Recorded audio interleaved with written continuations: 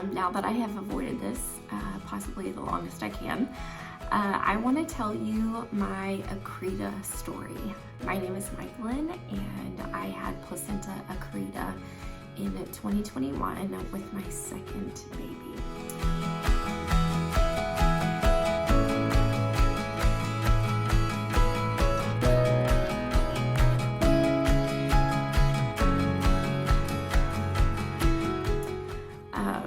I made a promise to myself that I would do this by October. October is Accreta Awareness Month, and obviously by my attire, it is the 31st day of October, and I have waited long enough.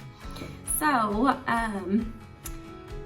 I am going to semi-read my story, but also kind of address some things that have been on my mind.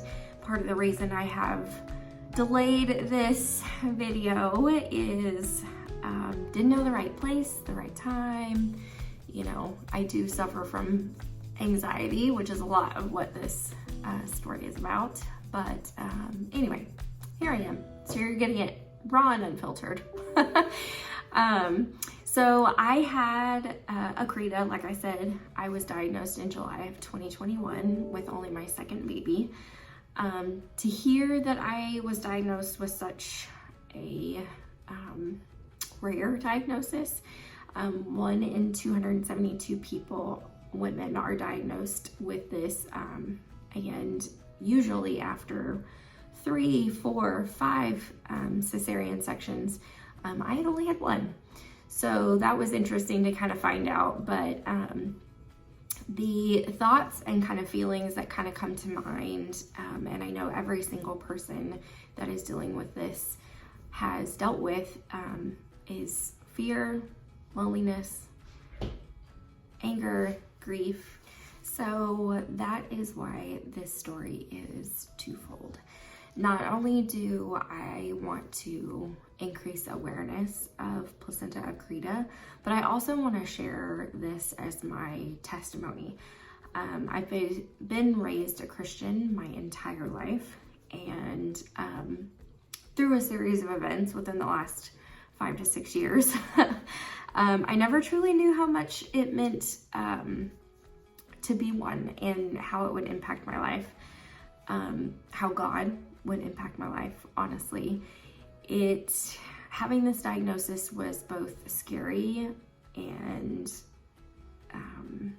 shocking beyond belief, and it has changed me emotionally, physically, and mentally, I think, along with spiritually.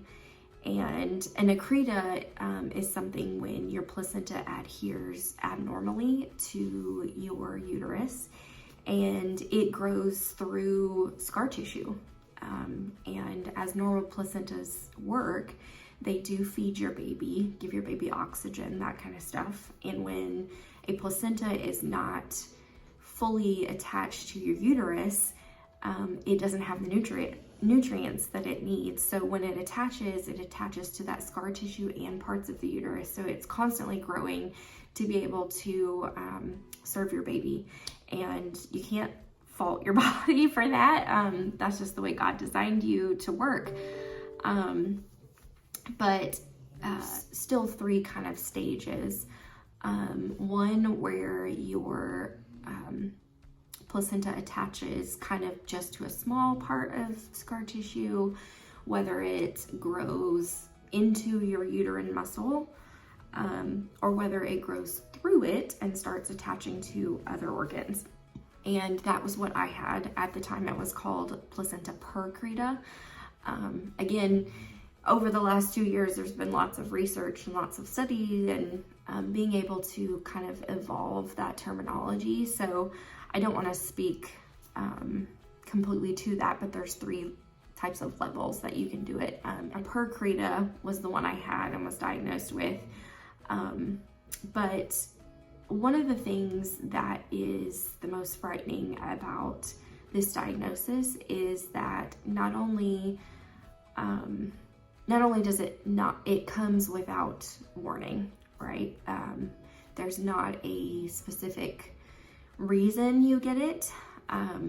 Mostly it's just caused by scar tissue and the fact that your placenta can't get to where it needs to and attaches abnormally. But with just one C-section, I had no idea that this was something that I could get.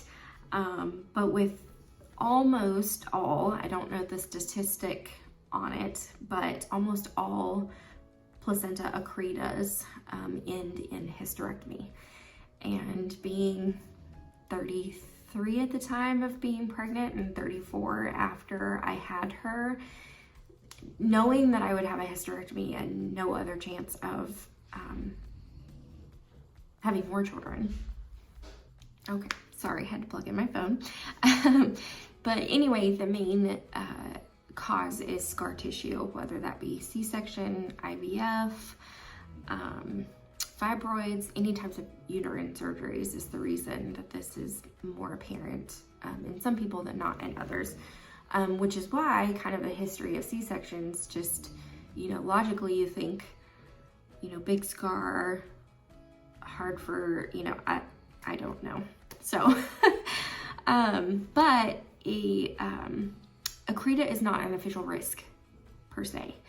It does not have enough research. And I think you have to have over like a 70% risk in order for a doctor to kind of tell you that during surgery. So I never knew that having Accreta was a risk with my first C-section. So again, if you are watching this, hopefully this increases your knowledge of placenta accreta and you can warn other people about it. But that's one of the hardest parts of getting over the fact that you have an accreta is because your placenta is attached too much to the uterus, you can't pry it off. You can't lose it like you normally would when you have your baby. So, and fun fact, 500 cc's of blood circulates throughout your uterus within your third trimester, which is why this diagnosis is extremely dangerous, because if you were to hemorrhage anywhere and everywhere, you could possibly lose your life. So that was a constant battle that I think I had to deal with, was along with placenta previa, which is something that accreta has, and it's usually common. If you do have an accreta, you will have previa as well. But you have to, majority of the time, end in a hysterectomy, which is surgery, something that, as a mom, you never really hope to have, or I hope people don't hope to have. But it comes with bleeding. Some people have a lot, some people have a little, some people have multiple bleeding episodes, some people only have one. I started at 5 weeks. I did have a little bit of bleeding, and I thought, well, maybe it was just implantation bleeding or whatever that you normally have, which I didn't have with my first baby. And so my doctor said, don't worry about it, it's probably fine, but if it does happen again, let us know. So at about 10 weeks, it did happen again. And this time I was just sitting with my daughter in the middle of the bathroom, putting on makeup in the morning. And my husband came and got her, and I gave her a goodbye kiss and hug and said, have a good day. And within 5 minutes, I just started dripping. And as graphic as that sounds, it was very alarming, because at this point I was only 10 weeks along, and I thought, well, maybe I will miscarry. And that was something that I was not ready for. But I went to my doctor, had it looked at. She said it was a subchorionic hemorrhage, which is more common than you think. You ought to look it up. And she said, well, we'll do, another ultrasound and we'll see how it goes. So I did another one, and she called me a couple days later and said, in fact, that she thought that I did have what was called placenta accreta. And she said the radiologist that read the ultrasound wanted to see me specifically in her office with her tech, just to be sure. So at that point I knew something was off. Cue the fear feeling. It was extremely, it was scary. And to feel that my doctor didn't know a lot about it either, I think was even more fearful. And that is still the case because Accreta, it just doesn't have as much research. A lot of like rural doctors and stuff like that have never even seen a case of Accreta, which makes it extremely dangerous because you have to have an entire team of doctors around if something were to happen. And like I said before, you can start bleeding and bleed out and hemorrhage completely before you even get to a hospital. There's lots of women out there who live 2 hours from the nearest hospital and something happens. It's detrimental for them to not be close. And so part of this diagnosis, a lot of doctors advise that they move, somebody moves into an apartment or something closer to a hospital, or that you seek care at a level 1 trauma center and a special, level of NICU and stuff like that, because it's an extremely dangerous diagnosis.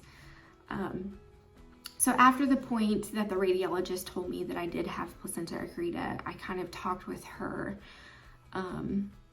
just one-on-one, just about my life and, kind of my faith and stuff like that. And she did say, she said, if anyone is diagnosed with this, I'm glad it's, someone like you who does have a faith backbone and can, come out of this. And at the time I had no idea what she was talking about. But anyway, a little bit of background on me. I don't sit still. I move constantly. I ride horses. I am out in my garden. I'm a type A person. I like things planned. I'm very busy per se, and and I do have some anxiety, and I think it's just being a very go person. And I work out constantly, and it's just, I move. And I did have a back surgery before, so that was something that kind of, made me slow down at some point, and I had to kind of reevaluate how I did things, and some things happened during that time frame, and that kind of built my faith up a little bit more. And I think, honestly, God has been preparing me for this particular time in my life where I have to slow down and stop doing things all the time. So, but I say all this to say I was put on pelvic rest, which you can look that up.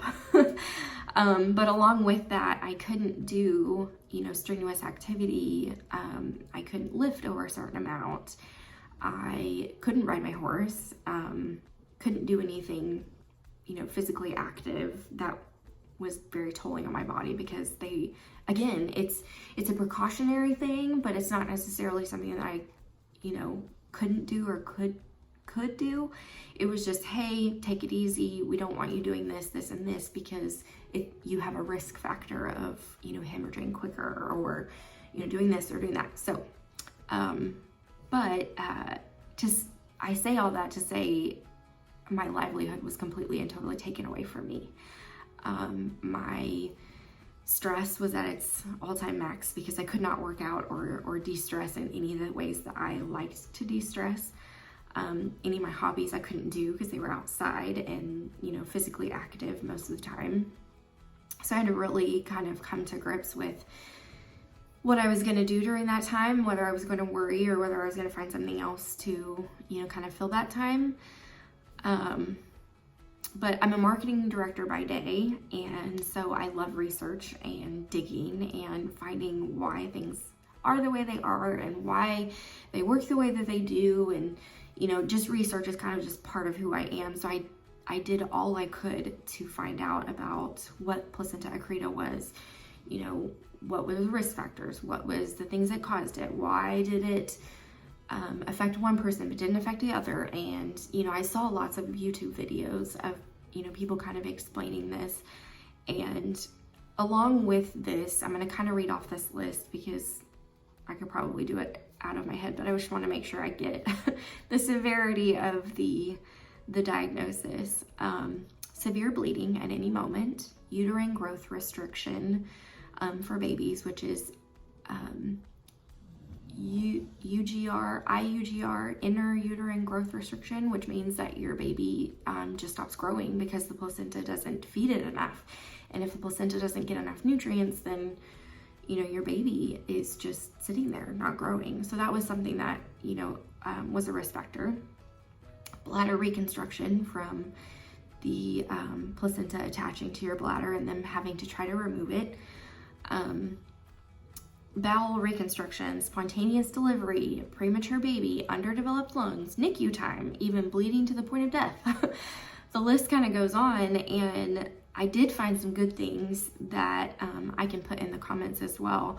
But one of the things that I did want to recommend, if you are viewing this video and you have Accreta or know somebody who has Accreta, or you just want to learn more about it, the National Accreta Foundation is a wonderful resource, not only from their website, but also their Facebook group. And I hope that I can use them as a resource constantly to bring awareness to the diagnosis. So they are working constantly to try to do videos with scientific explanations and doctors who study this and do tons of research on it. So they do have resources if you aren't connected with them yet.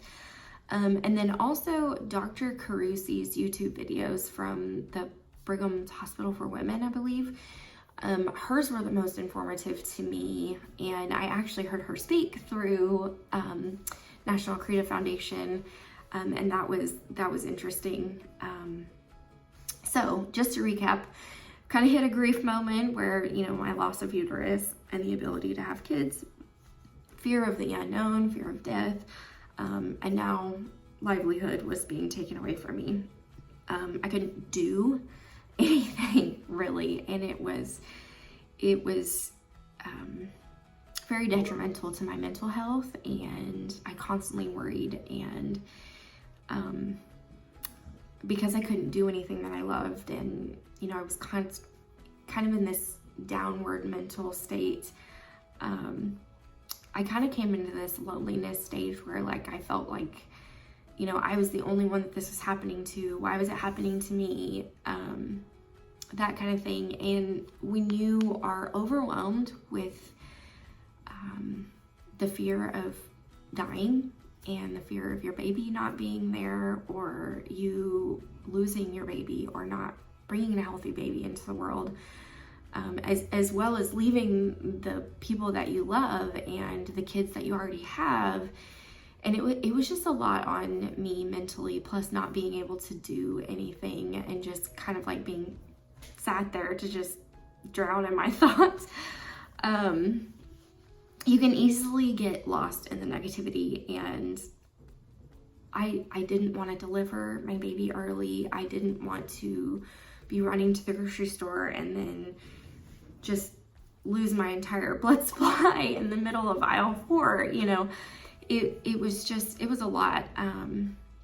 But the joy of my pregnancy and everything was still kind of holding on by a thread, and I thought, I have my faith to stand on.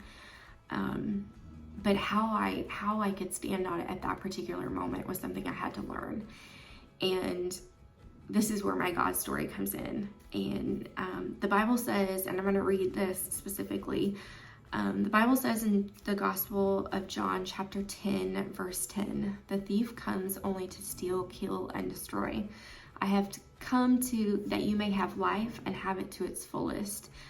I've heard that verse a million times in my life, and never did it really ring true until this particular time in my life. And I knew Satan was trying to steal my joy, steal my love for my baby, because I thought, well, I'm not going to get attached to this baby because I can't, because what if I lose it? And I just didn't want that for her. I didn't want that for me. And he was just trying to get me to believe these lies that that were in front of me. And he put regret in my head, among other things, and I craved a peace that I knew from my time throughout church and Christianity that only God could give me, and I just didn't know how to get it at that point. And that's at the point where I went, okay, I'm done letting fear eat me alive. I'm done letting worry eat me alive. I am done spending every single day worried about what's going to happen, and I'm going to reclaim my life. And what I did was I spent tons of time in the Word, and I sought community from my fellow church friends, from my friends in general. And at this point I said, I can't do this alone. God tells me I'm not alone. He made me for community, and I've got to share this, because if I don't, then it's just going to eat at me. So October of that year, so I delivered her at the end of November, but in October of that year, I told myself I'm done. And one of the things that I did was I wrote on a little sticky note and put it on top of my monitor at work. And I just said, God, give me a peace with my Nora situation. Let me enjoy the time I have left with my family. And I meant every single word. And I looked at that every single day that I went to work, and I took a picture of it and had it on my phone. And I just, every time I started feeling worried, I just looked at that and said, Lord, just help me. Enjoy the time that I have left. Help me with my Nora situation. Give me a peace that I know only you can give. And Philippians chapter 4. All of it's about worry and anxiety and how you shouldn't worry about tomorrow. And God knew us from the beginning of our lives, before we were in our mother's womb, and He knew our moves, our challenges, our mistakes. He knew the outcomes. He knew what we were going to fail on and what we weren't. And I cannot begin to tell you why certain people get breaks and some people don't.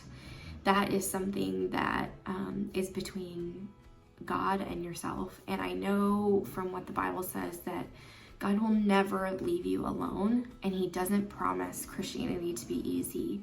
He won't take things from you necessarily, but He will be with you through the entire process.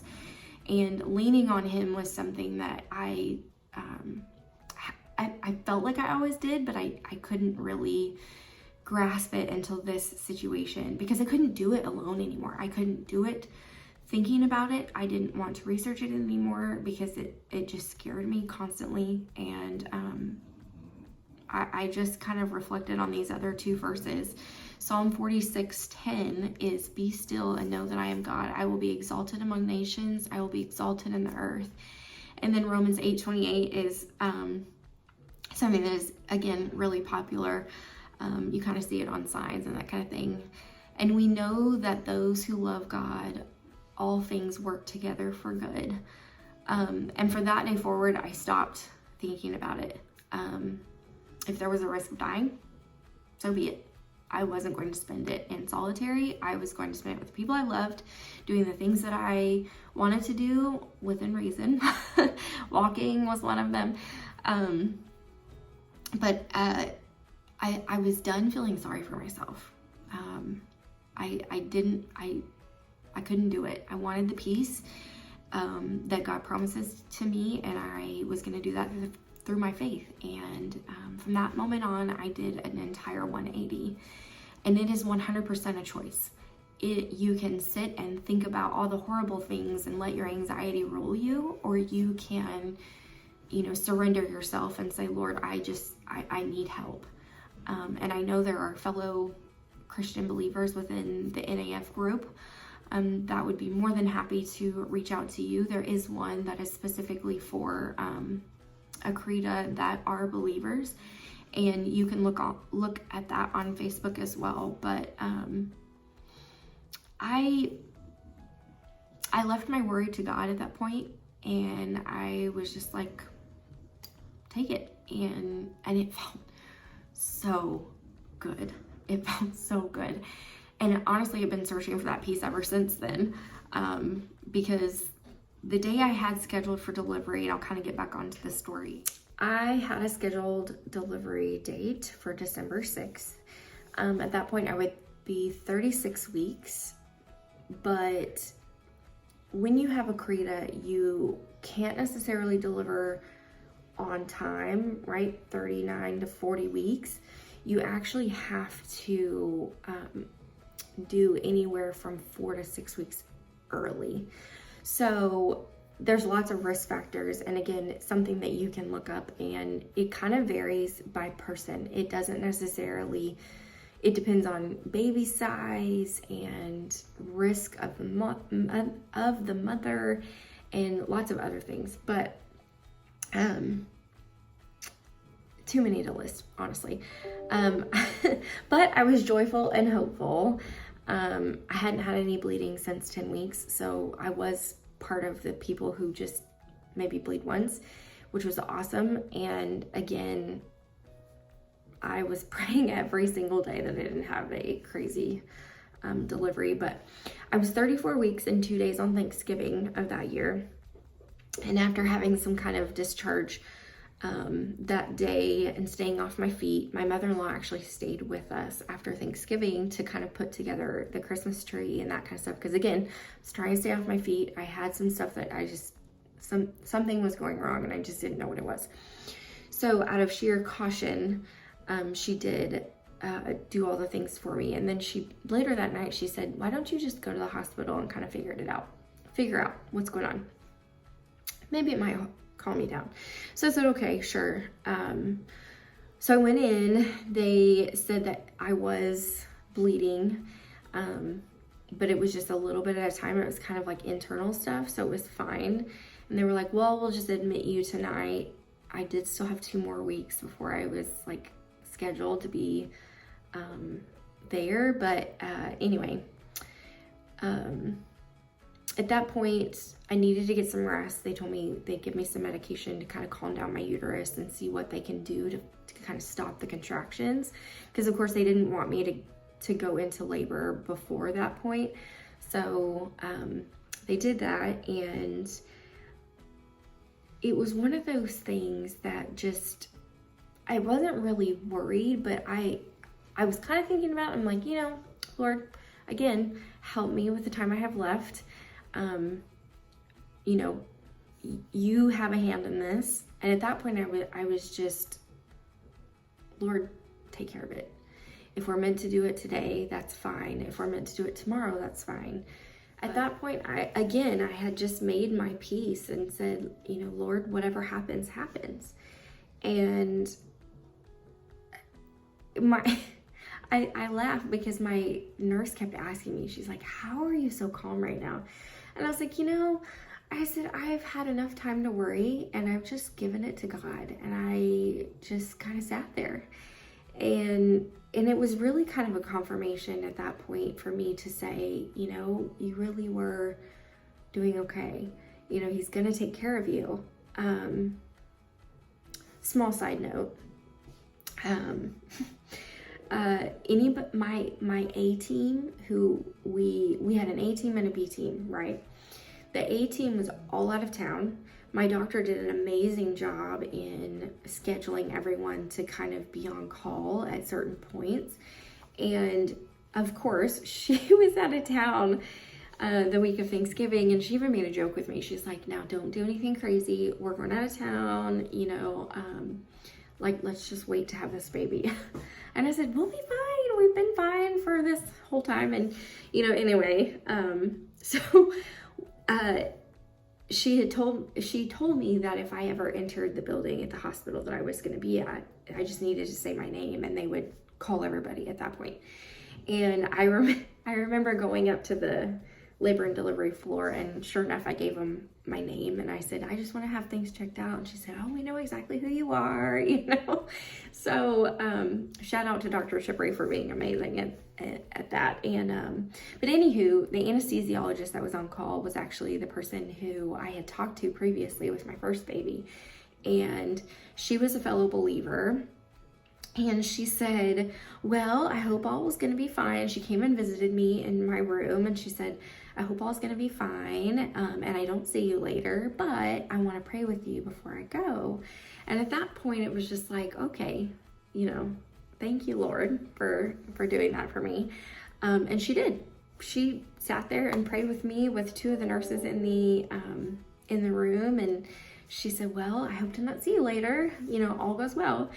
And then at about 4 a.m., I went to the bathroom, and when I got back, my contractions got worse again. And my nurse came in and she checked on me and she said, can you feel that now? Because she made a joke with me before, and I was like, no, I can't really feel anything. I don't really know what you're talking about.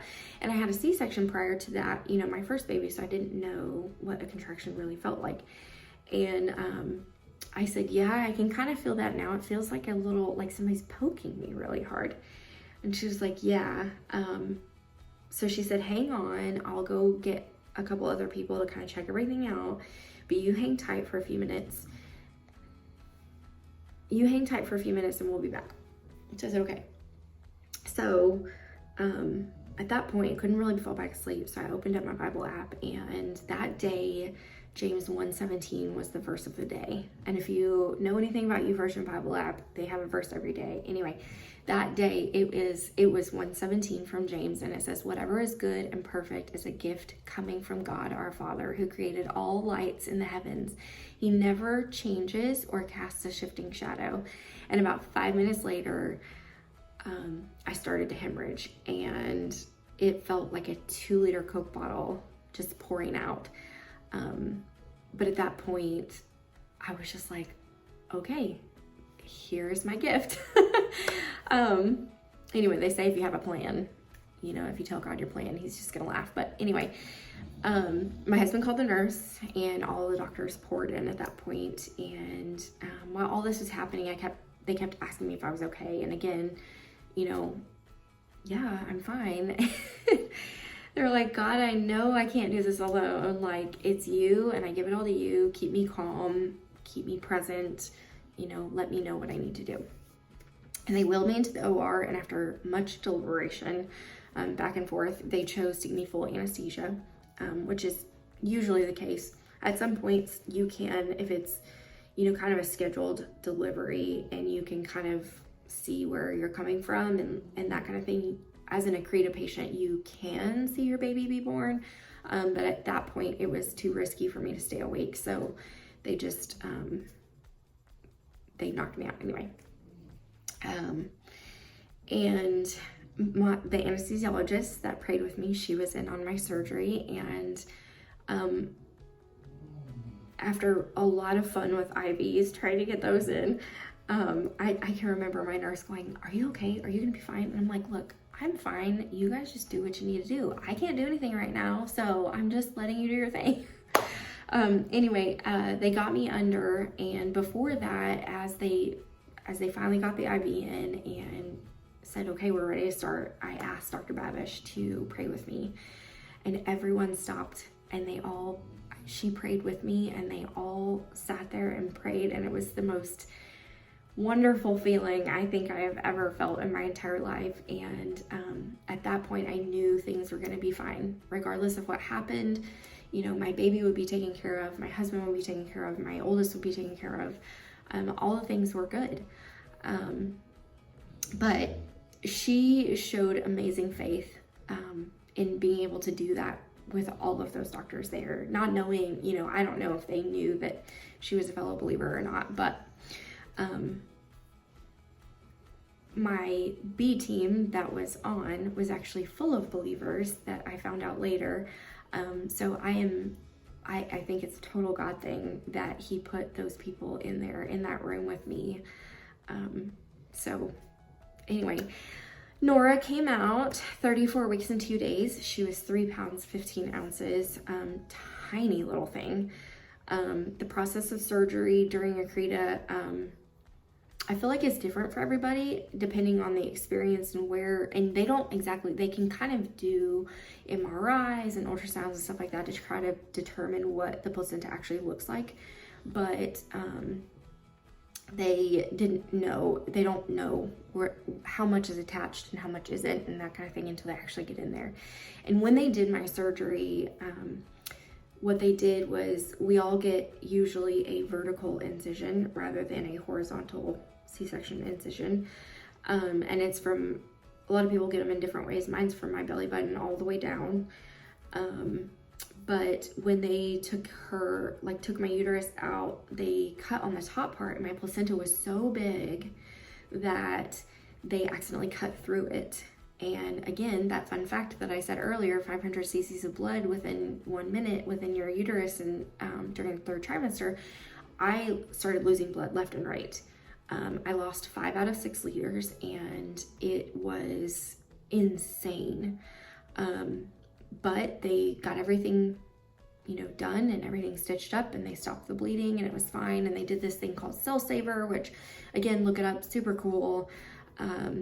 But it's a bit crazy to kind of just explain it. But they said that my placenta was just so huge, there was no avoiding it at that point.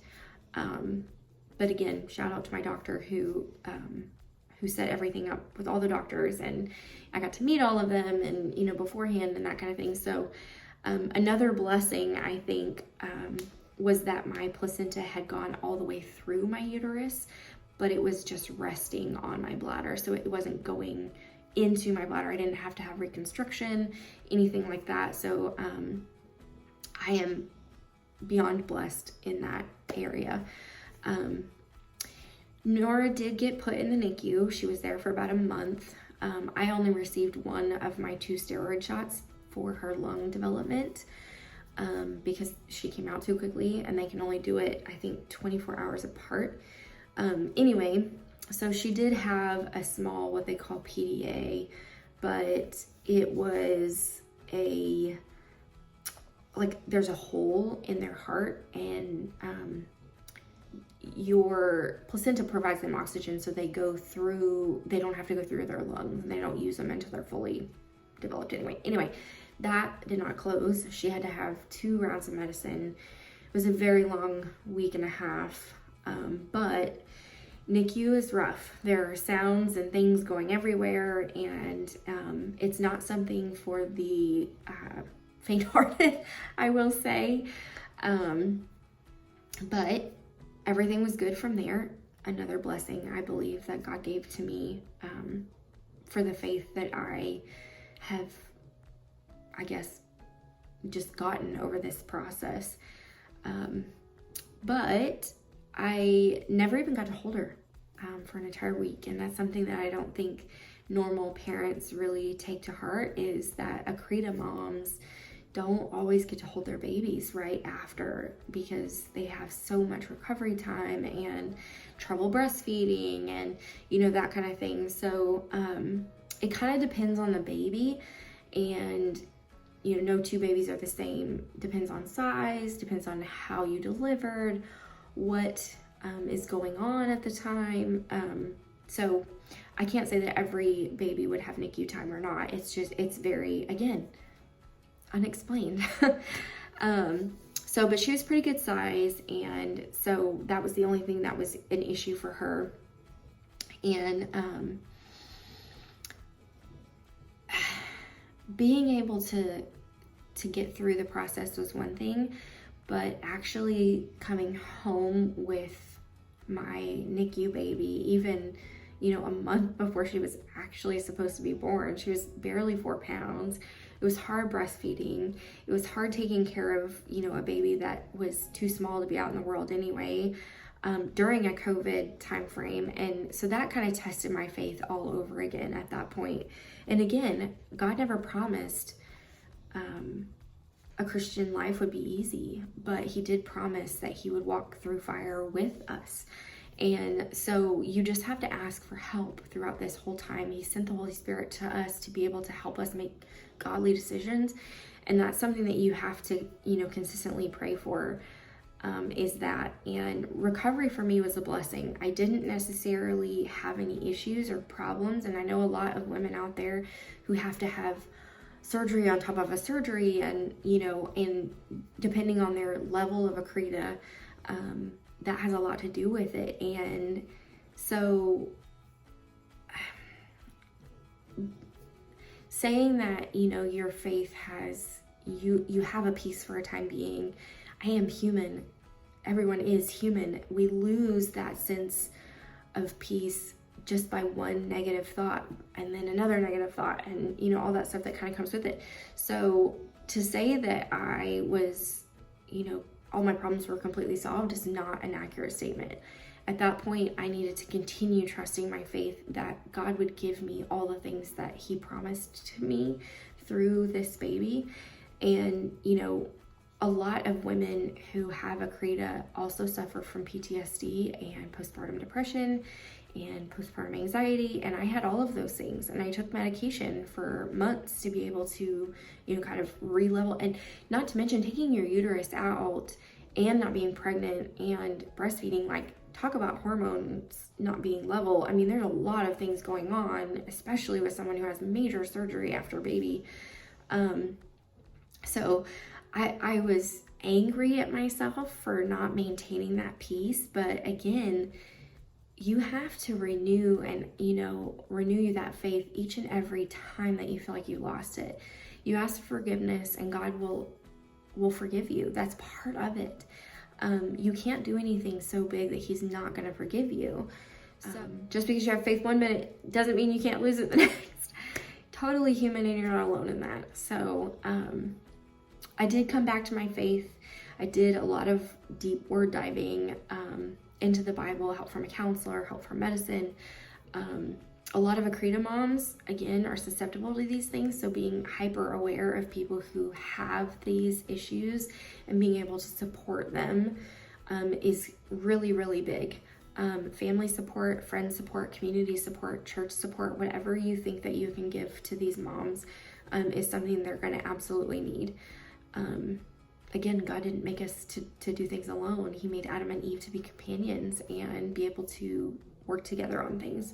So I still struggle from anxiety time to time, and so much so for the last year, I've had a rough time sleeping, and I think a lot of that has to do with the hormones being unlevel and that kind of thing. So things I didn't know until after my Accreta were the hormone changes with no uterus. I strongly believe that was where a lot of my true anxiety came from. Still fighting it. I have good and bad days. And throughout lots of studies and stuff, I've helped myself cope, and I've, you know, given God the reins multiple times over the last year.